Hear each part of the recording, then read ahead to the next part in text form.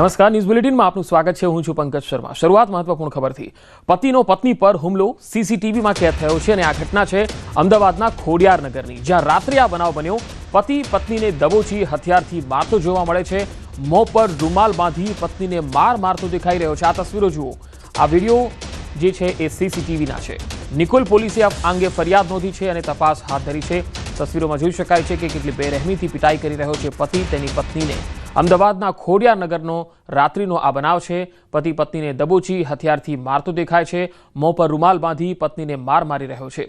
આ કારણ શું છે, કયા બાબતથી આ ઝઘડો થઈ રહ્યો છે, મારામારી કયા કારણોસર થઈ રહી છે, એ હજુ સામે આવી શક્યું નથી। હવે નિકોલ પોલીસમાં ફરિયાદ થઈ છે, ત્યારે આ અંગે તપાસમાં બહાર આવશે કે આ પતિ અને પત્ની વચ્ચે કયા પ્રકારના અણબનાવ હતા, શું સમસ્યાઓ ચાલી રહી હતી, ઘર કંકાસ હતો કે પછી અન્ય કોઈ કારણ હતું મારવા પાછળનું। જો કે આ દ્રશ્યો છે એ સીસીટીવીના છે અને એક વ્યક્તિ છે જે વચ્ચે પણ પડે છે, એને છોડાવવાની કોશિશ પણ કરે છે, બીજા 2-3 વ્યક્તિઓ પણ આવી જાય છે, પરંતુ આખી ઘટના શું હતી, ખોડિયારનગરનો બનાવ શું હતો પતિ પત્ની વચ્ચેનો, એ હવે પોલીસ તપાસમાં સામે આવશે। 2 અલગ-અલગ તસવીરો આપણે બતાવી રહ્યા છે। પહેલી તસવીરમાં સીસીટીવીમાં પતિ પોતાની પત્નીને મોઢા પર રૂમાલ બાંધીને મારપીટ કરી રહ્યો છે, એ તસવીર છે, અને બીજી તસવીરમાં તમે એ બંનેના જે દ્રશ્યો છે, જે પતિ પત્ની છે એમના પણ ફોટો અમે બતાવી રહ્યા છે કે જેમના વચ્ચે આ ઝઘડો થયો।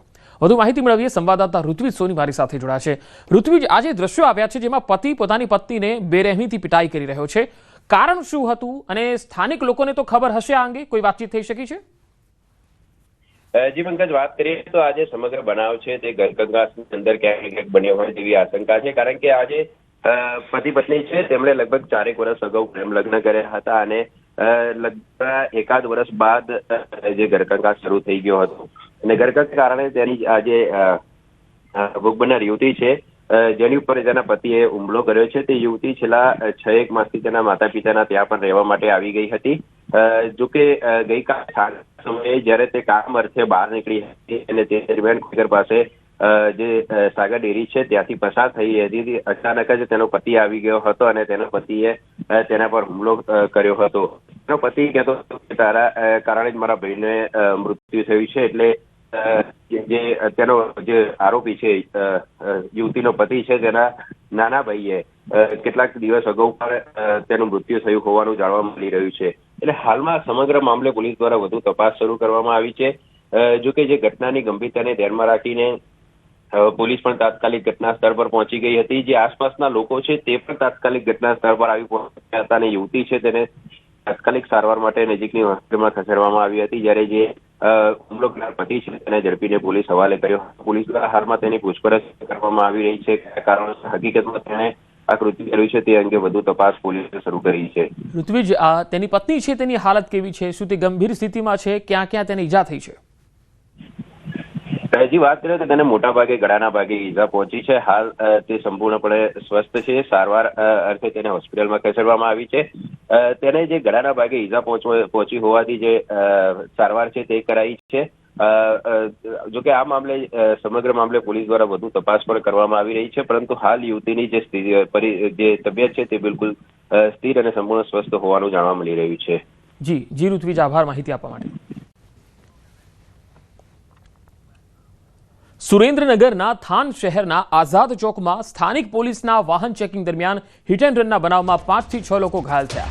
મહિલા પીઆઈ સહિતનો સ્ટાફ થાનના આઝાદ ચોકમાં વાહન ચેકિંગમાં હતો, એ દરમિયાન એક કાર ચાલકને ઊભી રાખતા આ બનાવ બન્યો। કાર ચાલકે 5 થી 6 લોકોને અડફેટે લીધા, તમામને સારવાર માટે હોસ્પિટલ ખસેડવામાં આવ્યા।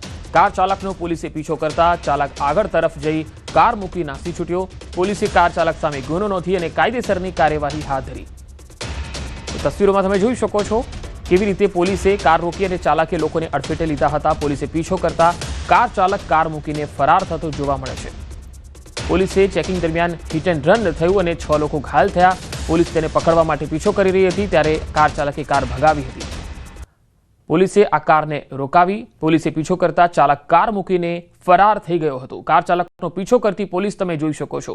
એક ફિલ્મી દ્રશ્યો હોય જેમાં ગુંડાને પકડવા પોલીસ ભાગતી હોય એવા દ્રશ્યો અહીંયા દેખાઈ રહ્યા છે, કારણ કે એક કાર ચાલક છે એ હિટ એન્ડ રન કરીને ફરાર થઈ રહ્યો હતો। પોલીસ તેની પાછળ ભાગી રહી છે, તેને પકડી રહી છે। આવા દ્રશ્યો આમ તો જ્યારે આવા કેટલાક લોકો એવા હોય છે જે અસામાજિક તત્વો બનીને કાર લઈને ફરતા હોય છે, ત્યારે આપણે સિટીની અંદર પણ જોઈએ છીએ કે પોલીસ આવી નાની મોટી ગલીઓમાં આવા તત્વોને શોધવા માટે પીછો કરતી હોય છે, કાર લઈને પણ કરતી હોય છે અને દોડીને પણ કરતી હોય છે। ત્યારે આ જે કાર ચાલક છે એ કાર મૂકીને જ્યારે ફરાર થવાની કોશિશમાં હતો ત્યારે પોલીસે પણ દોડીને તેનો પીછો કર્યો। આ એ વ્યક્તિ છે, કાર ચાલક છે કે જેણે 6 લોકોને અડફેટે લીધા। કાર એવી રીતે હંકારી કે તેની અડફેટે 6 લોકો આવ્યા, ઘાયલ થયા। પોલીસે આ કાર ચાલકનો પીછો કર્યો અને તેના વિડીયો તમે જોઈ શકો છો કે એક ફિલ્મી દ્રશ્યો આપણે જોતા હોઈએ છીએ। એ પ્રકારના આરોપીને પકડવા પોલીસ દોડી રહી છે અને એ તસવીરો છે એ ભર બજારની અંદર, માર્કેટની અંદર તમે જોઈ શકો છો। 5 થી 6 લોકોને ટક્કર મારીને આ કાર ચાલક કાર મૂકીને ફરાર થઈ રહ્યો હતો, દોડી રહ્યો હતો અને પોલીસે પણ તેની પાછળ દોટ મૂકી અને આ આરોપીને આખરે પકડવામાં પોલીસ જે છે એ સફળતા મેળવી શકી છે। પોલીસે કાર ચાલક સામે ગુનો નોંધી અને કાયદેસરની કાર્યવાહી હાથ ધરી છે। હવે પૂછપરછમાં સામે આવશે કે આ કાર ચાલક નશામાં હતો, તેણે આ જે કાર હંકારી છે તે કાર કોની હતી, તેની પોતાની હતી। આ તમામ બાબતો હવે તપાસનો વિષય બની છે।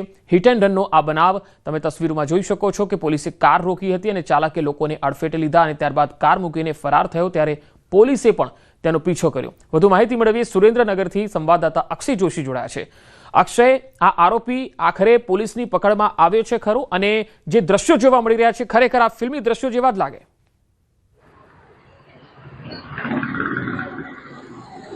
જી અક્ષય, વાત કરવામાં આવે તો થાણના આઝાદ ચોકમાં સ્થાનિક પોલીસ અને ડીવાયએસપી સહિતના ઉચ્ચ જી હલો જી અક્ષય, તમારો અવાજ આવી રહ્યો છે, બોલો। હલો હલો જી અક્ષય, આખો મામલો શું હતો? જી થાણનો જે આઝાદ ચોક વિસ્તાર છે ત્યાં જે ટ્રાફિકના થાણનો જે આઝાદ ચોક વિસ્તાર છે, આઝાદ ચોક વિસ્તારમાં ડીવાયએસપી તેમજ સ્થાનિક પીઆઈ સહિતના ઉચ્ચ પોલીસ અધિકારીઓ દ્વારા જે ટ્રાફિક ડ્રાઈવનું આયોજન કરી અને વાહન ચેકિંગની કામગીરી કરી રહી હતી તે દરમિયાન એક બ્લેક ફિલ્મ વાળી કાર પસાર થતા સ્થાનિક અધિકારીઓએ તેને અટકાવવાનો પ્રયાસ કરતા કારના ચાલકે કોઈ પણ કારણોસર છે એ કાર ઝડપથી હંકાવી અને નાસી છૂટવાનો પ્રયાસ કર્યો હતો। ત્યારબાદ સ્થાનિક પોલીસ દ્વારા પીછો કરવામાં આવ્યો હતો, પરંતુ કાર ચાલક જે ભયંકર સ્પીડમાં પસાર થઈ રહ્યો હતો તેને 5 થી 6 વાહન ચાલકોને અડફેટે લીધા હતા, જેમાં એક યુવાનને ગંભીર રીતે ઈજાઓ પહોંચી છે, જ્યારે 5 થી 6 જે અન્ય વ્યક્તિઓ છે તેને પણ ઈજાઓ પહોંચી છે। જે યુવક ગંભીર રીતે ઈજાગ્રસ્ત છે તેને વધુ સારવાર માટે રાજકોટ ખસેડવામાં આવ્યો છે। જ્યારે જો વાત કરવામાં આવે તો જે કારનો ચાલક છે એ અંદાજે 5 થી 7 કિલોમીટર દૂર છે એ કાર મૂકી અને નાસી છૂટ્યો છે। પોલીસ દ્વારા હાલ છે એ કારને કબજે લેવામાં આવ્યું છે, પરંતુ કારનો માલિક કોણ છે અને કારનો ચાલક કોણ હતો અને તે નશામાં હતો કે કેમ તે સહિતની બાબતો અંગે કાર ચાલક જે છે પોલીસની ગિરફ્તમાં આવે ત્યારબાદ જ વધુ વિગતો બહાર આવે તેવી શક્યતા છે। પરંતુ ક્યાંક ને ક્યાંક લોકોમાંથી પોલીસનો ડર છે એ ઓછો થઈ રહ્યો હોય તેવું ચોક્કસથી લાગી રહ્યું છે। એટલે અક્ષય, આ જે આરોપી છે એ ભાગવામાં સફળ થયો છે કારણ કે પોલીસ પણ તેની પાછળ દોડી રહી છે, એટલે આરોપી ભાગી છૂટવામાં સફળ રહ્યો છે?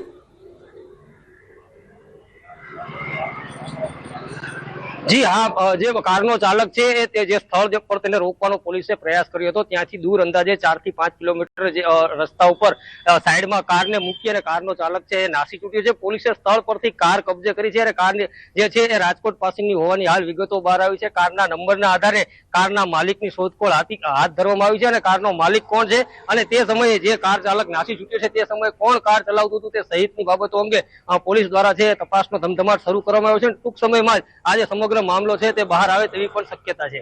જી અક્ષય, 5 થી 6 લોકો ઘાયલ થયા છે, તેમની હાલત કેવી છે, તેમની સારવાર ક્યાં ચાલી રહી છે?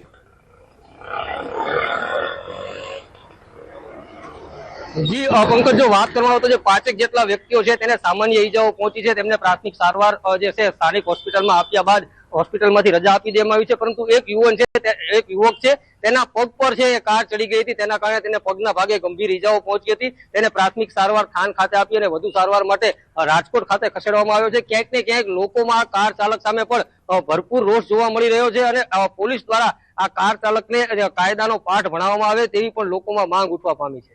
અક્ષય, જે એરિયામાં આ કાર ચાલક બેફામ રીતે હંકારી રહ્યો હતો